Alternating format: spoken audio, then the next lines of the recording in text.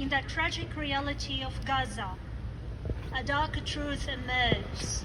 It has become a graveyard of innocent children. What deeply troubles the conscience of humanity is the alarming acceptance of the grim statistic that more than 12,000 children's lives have been lost in less than 5 months. 260 of the children never got to celebrate their first birthday. In these moments, the laughter, dreams, and limitless curiosity of a child are abruptly silenced, drowned out by the relentless sounds of gunfire and the looming fear of missile strikes. Take a moment to consider the innocence of childhood, the purity, the joy, and the dreams. Now picture the innocence shattered by the deafening roar of missiles, the cries of pain, and the looming threat of death. This was the fate of Hind Rajab. Hind Rajab, a 60-year-old girl, whose story summarized the tragedies that the Palestinian people have suffered, a narrative that strikes a chord with our shared humanity. On January 29th, as the Israeli army ordered residents to evacuate from area west of Gaza City, Hind's family found themselves gripped by fear, seeking refuge from the relentless bombing. In a desperate attempt to shield her from the onslaught, Hind's mother urged her to flee the city in a car with her aunt, uncles, and 3 cousins at the time. Little did they know their path would intersect with Israeli tanks, sealing their tragic fate. As the tanks drew closer, Hind's uncle called his relative for help, who in turn called the Red Crescent. But unfortunately, the Israeli tank ruthlessly fired shells at anything and everything in their path, including Hind's uncle's car, tragically taking the lives of everyone in the car but Hind. In an account documented by the Palestinian Red Crescent, Hind, holding on to life, bravely began communicating with the Red Crescent, begging for help. An ambulance with 2 paramedics, Ahmad and Yusuf, was sent immediately, but arrived 3 hours later after navigating the war zone littered with rubble. The Red Crescent began comforting her over the phone. Hind said, "I can see the ambulance, I can see it, but the tank is next to me. It's moving.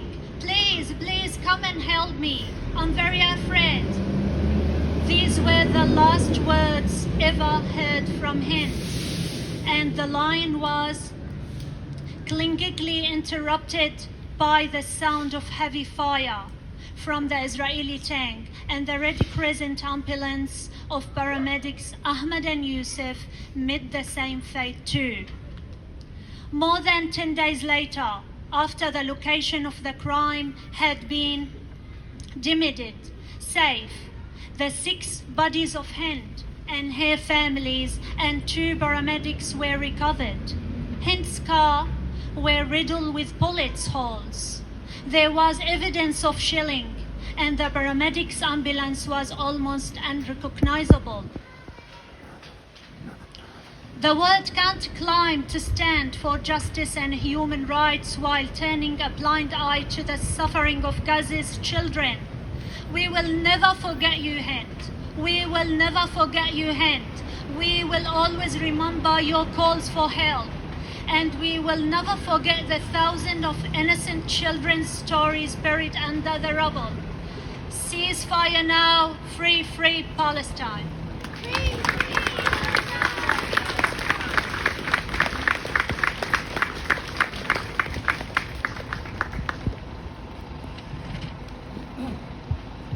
The next speaker is Paneet.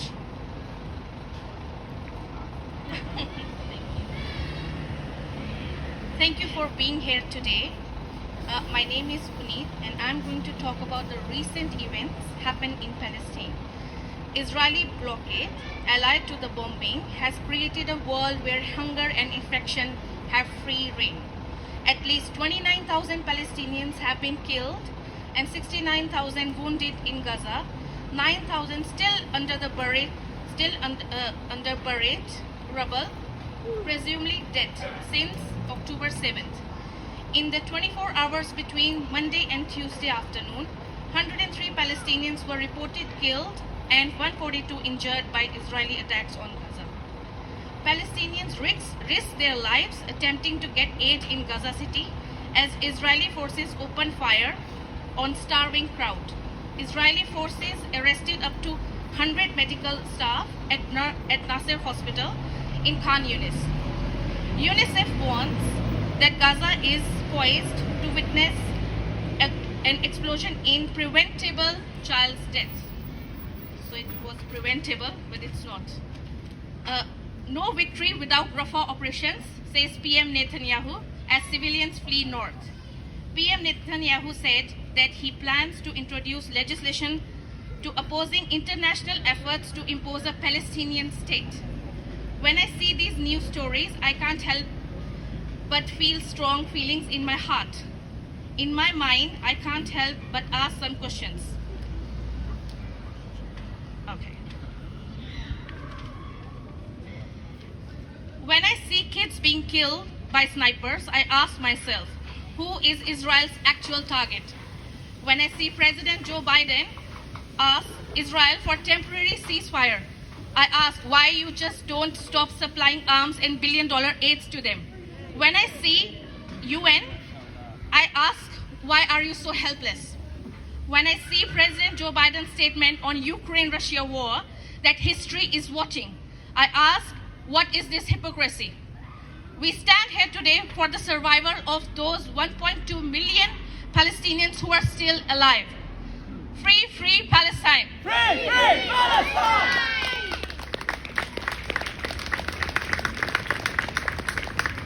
Our next speaker is Isaac, who is going to talk about his family relationship to this issue.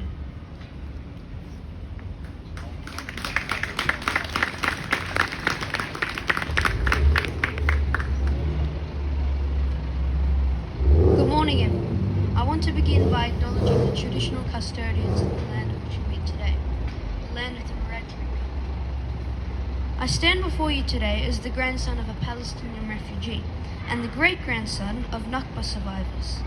The Nakba, known in English as the Great Catastrophe, saw the displacement of around 800,000 Palestinians from their home in 1948. You see, my great-grandfather, Awad Saeed Shinawi, was a Palestinian man from the beautiful coastal city of Haifa in the north of Palestine. I heard Haifa was a beautiful city, renowned for lots of things, like the majestic views of the Mediterranean Sea, as well as a city that holds cultural and religious significance to many. To me, it's special because this is a part of where our family's story begins. My great-grandmother, Fadila Assad, also came from Haifa. Both of them literally fled for their lives in 1948, having had friends and family massacred in their towns. My great-grandfather locked his shop door, took the money remaining in his till, thinking he would be back in a few weeks. Well, they never returned home. They never got the chance, and instead they met and married each other in the Bedawi refugee camp in northern Lebanon, where my grandfather, or as I call him Jiddo, was born just 9 years later. Despite this, they were the lucky ones who survived. 76 years later, nothing was changed. In fact, it is said that until recently, my great-grandfather's shop door remained exactly as he left it in Haifa City 76 years ago. My grandfather eventually made Australia his home. This was significant, as he was born stateless, and this was the first time he was granted citizenship of any nation. I learnt about the Nakba growing up, and the stories of loss, survival, and hope. I heard my family say words like, "We will return, inshallah." And yet here we are in 2024, what is now being called the second Nakba. More death, more displacement, the worst chapter in history of Palestine. Over 29,000 Palestinians, including 13,000 children, no longer with us. It is said that if you attended one funeral a day for each innocent child who perished in Gaza, you will be attending it back-to-back funerals for 33 years. Not to mention the unimaginable destruction of lives that remain, lives that are changed forever. Children like me, who should be enjoying life, attending school, sports, and doing whatever else children love to do these days. Instead, they are forced to endure this horror. Before the displacement of Palestinians, those who sought to displace them said things like, "The old will die and the young will forget."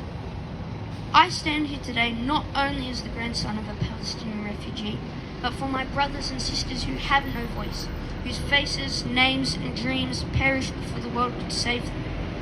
They may have perished with the dream of a free Palestine, but I and millions around the world, like all of you here today, still remain and will continue to stand strong until a permanent ceasefire is reached, and beyond that, the dream of a free Palestine is realized.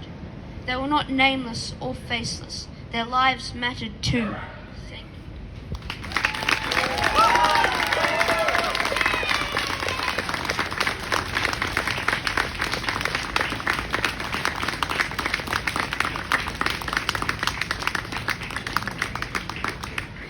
Thank you, Isaac. The future is in good hands. Our next speaker is Joseph.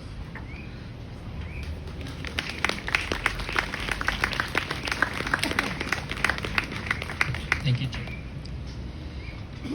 First and foremost, I want to acknowledge that we are all on stolen land of the Wiradjuri people.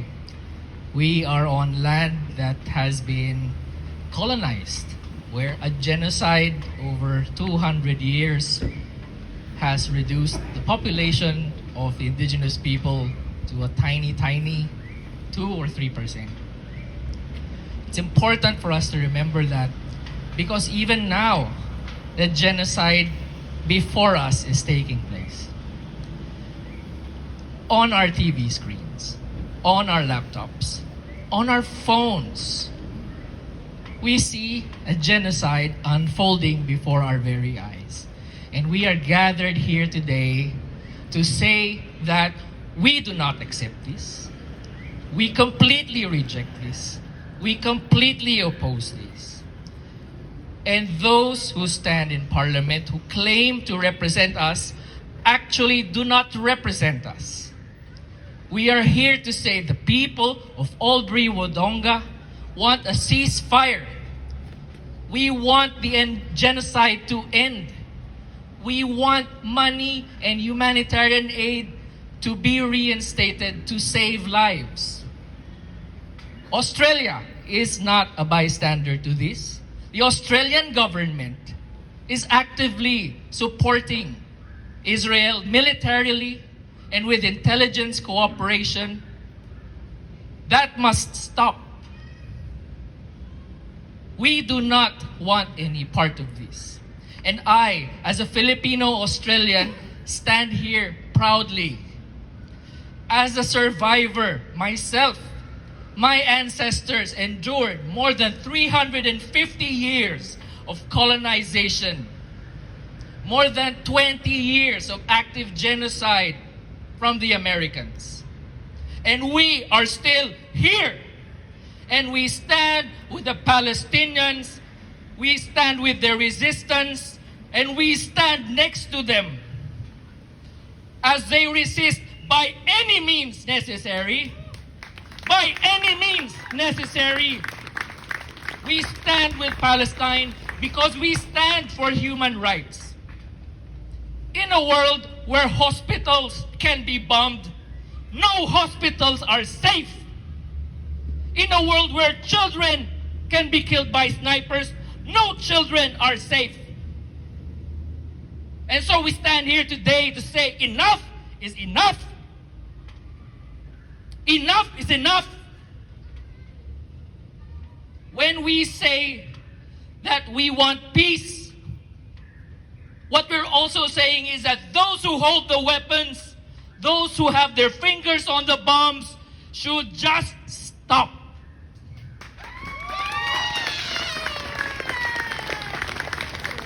I did some research recently. Very interesting piece of trivia. That our MP for this seat used to be, or technically still is, part of a group called the Parliamentary Friends of Palestine. Susan Ley, where is your friendship with Palestine now? Where is your solidarity with Palestine now? And that's why we're here today, to unite and say to Susan Ley, to say to everyone in Parliament, to our so-called leaders, that enough is enough. We want ceasefire now. We want free Palestine. Free Palestine! Free Palestine! Ceasefire now! Ceasefire now!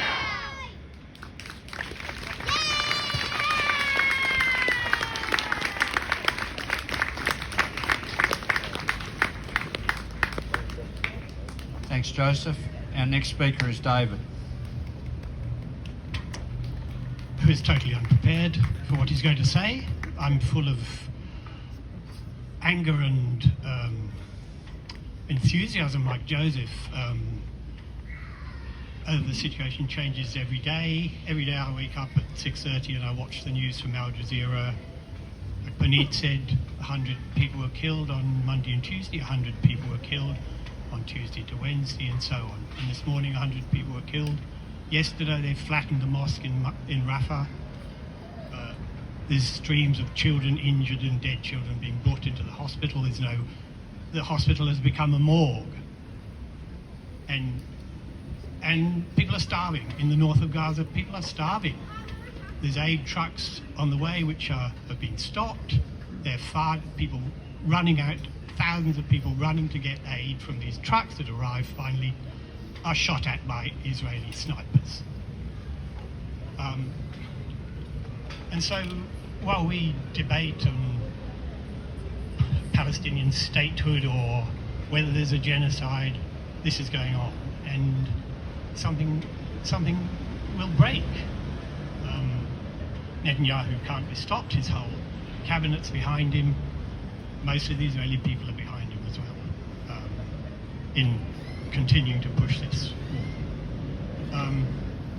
Now, a month ago, the ICJ, International Court of Justice, took advice from South Africa, who brought a well-defined case that Israel was already committing genocide, had been, and that was its intent, its stated intent by leaders in Israel, to clear the population of Palestinians, not just from Gaza, but from the West Bank, and to completely settle it, and find somewhere to put the Palestinians, maybe on another island, or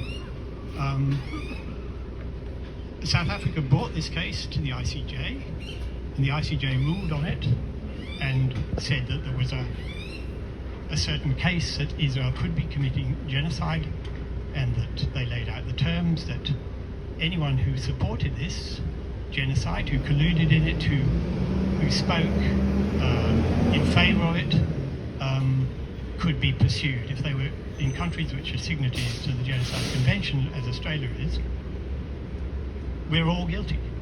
And since that month, the month which is due now, that was the 26th of January that they ruled on it, and now what's happened? In the last 30 days, the genocide has continued. Our parliamentarians, well, maybe we'll call for a ceasefire, maybe we won't. What is a ceasefire? What does a ceasefire mean? Does it mean that Israel will pull back its forces? No. It means that Hamas must stop firing at them.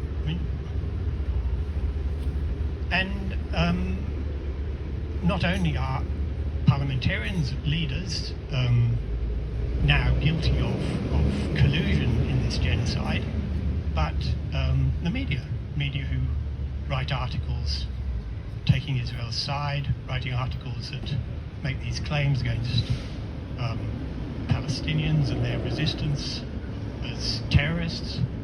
these people are all now complicit in this, and it's open for countries to take action against our leaders.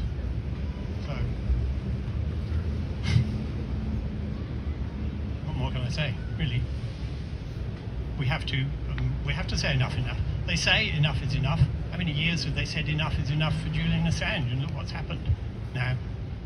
Maybe he's held in Belmarsh for another 6 months until he dies. Maybe he gets taken to America where he dies.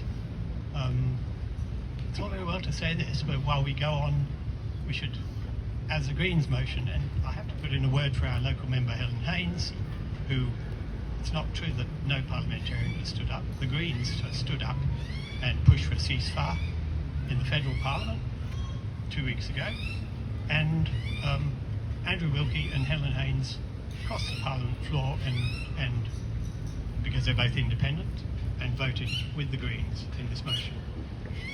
And it got very little attention that they'd done this, whereas Susan Lee, as you say.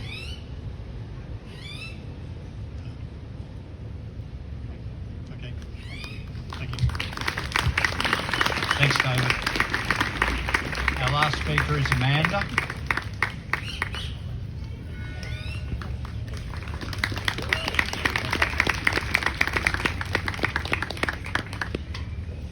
I'm here with you today for 4 reasons. The first one is that I'm a doctor and I was trained to value every human life equally. The second is that I'm the granddaughter of Jewish German refugees who fled the Holocaust and sought refuge in Australia. And when we talk about the Holocaust, we use the phrase never again. And as so many Jews in Australia and across the world know, never again means never again for anyone. I'm here because I'm a member of the New South Wales Parliament, and I'm here because I'm a human being, and like all of you, witnessing the atrocities that we've witnessed, we need to be able to say no, not in my name and not on our watch. In the face of atrocity on this kind of scale, it can be easy to feel like our voices might not matter, or to feel helpless, or to think, what can we do, all the way here in Albury, Wodonga. And I'm here to tell you today that our voices do matter, and that Australia is complicit in this. Israel is still seen as a friend and as a strategic ally of Australia.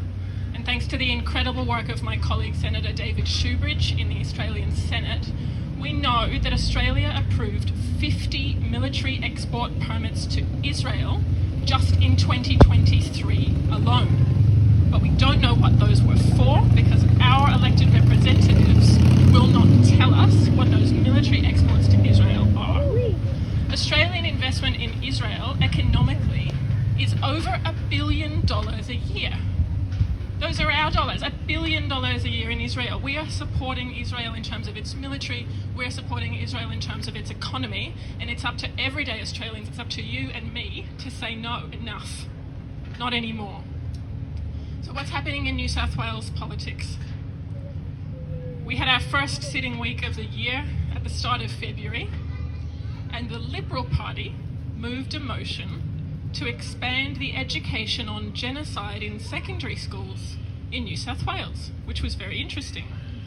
The motion called for mandatory inclusion of the Assyrian genocide, the Greek genocide, and the Armenian genocide. And when they spoke to that motion, they did not mention Palestine. When the Labor government officially responded to that motion, they did not mention Palestine. Of course, when we spoke to that motion, we spoke about Palestine, and one brave Labor backbencher got up and spoke about Palestine, and he has been absolutely hammered in budget estimate sessions all week. In the federal parliament, as David mentioned, we had a motion for ceasefire all the way back in October last year. We had another one in February this year. The Greens put that motion. The Greens tabled a petition on behalf of thousands of Australian healthcare workers. And I will acknowledge Helen Haynes, the member for Indi, who actually voted with the Greens on that motion. And I'm very proud to have a local representative who took that stance very bravely. But the other thing that's happening in Australian politics is that people haven't forgotten. People keep marching. In Sydney, in Melbourne, in capital cities, in regional towns, people are marching every single week. And the numbers aren't getting smaller. People aren't getting tired. People aren't getting intimidated. People are getting stronger. More and more people are turning up because we're angry and because we're not going to stop watching. And that's despite the incredible media bias that we have in Australia. Media Watch did an incredible episode when they looked at human interest stories, the stories like Hind, who we heard earlier today. The Australian media is platforming Israeli stories over Palestinian stories about 20 to 1. We are not hearing the stories of Palestinians other than through social media, but people are turning out in their thousands every week anyway. We absolutely will not be stopped, and that's the message that our politicians need to hear. Anthony Albanese has now signed a statement with other world leaders that very lukewarmly calls for a ceasefire. It's going to take more than a strongly worded letter to stop Israel at this point.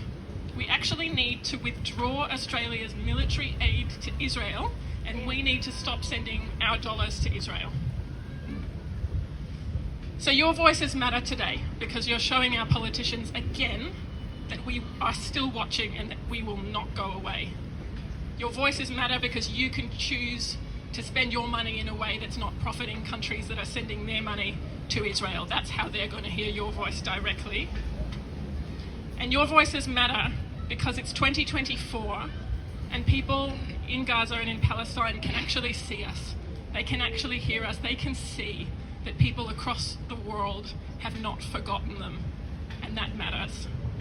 And your voices matter because if it ever happened to us, in a world where human rights don't matter anymore and international law doesn't matter anymore, this could be us and it could be our kids. And if this ever happened to us, gosh, we would hope that there was a gathering of a few hundred people in a small regional town on the other side of the world of people who said enough. Never again means never again for anyone.